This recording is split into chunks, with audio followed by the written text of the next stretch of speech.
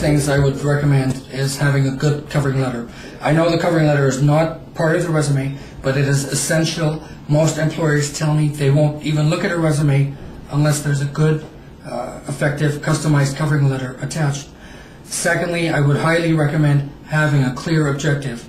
If you know the type of job you're looking for, if you've researched the particular job that you're applying to, do an objective statement that will clearly identify what you're looking for that matches the requirements for the job. For example, if you're looking for a position as administrative assistant, specify that in the objective. If you don't have a good, clear objective, most employers won't know how your skills and your resume targets that position. So a good, clear objective would help.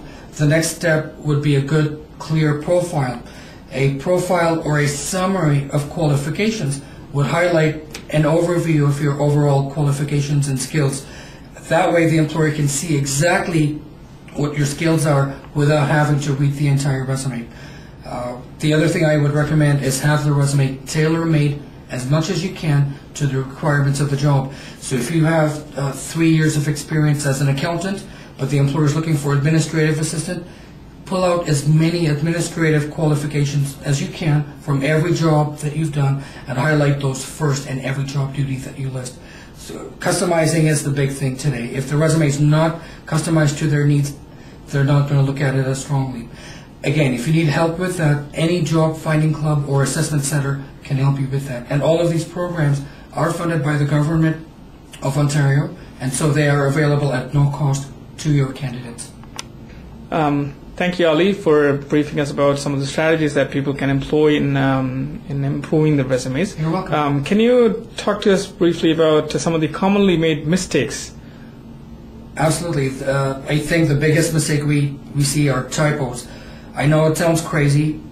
Today we rely on computers so much that sometimes people type in information and then they simply either forget to do a spell check, or they do a spell check and the spell check doesn't pick up every word, in the dictionary. So there's a lot of typos. Sometimes they get the person's name incorrect when they're applying to a person, and that's the biggest mistake that I see.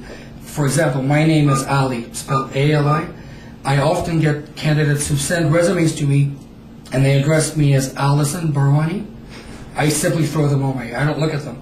They don't take enough time to get the correct spelling and the name of the person they're sending it to, and that's the biggest flaw. The other thing is when they're preparing a resume, they just put all the information all together. They don't worry about the presentation. Presentation is a big key. If the resume is not well presented, most people won't want to look at it. So having it well presented, make sure that there's no typos. I would definitely recommend having at least 1 or 2 other people look at the resume, just for verifying that there's no errors, there's no typos, that it looks clean, it's presented well. If it's not, again, presentation I think is a key for me. Is it well? Does it look presentable? Does it look clean? Is the paper that they've printed it on clean? Is it faded with ink, or does it have enough ink? There's lots of resources that can help them with this. Again, job finding clubs can definitely be a good asset for them.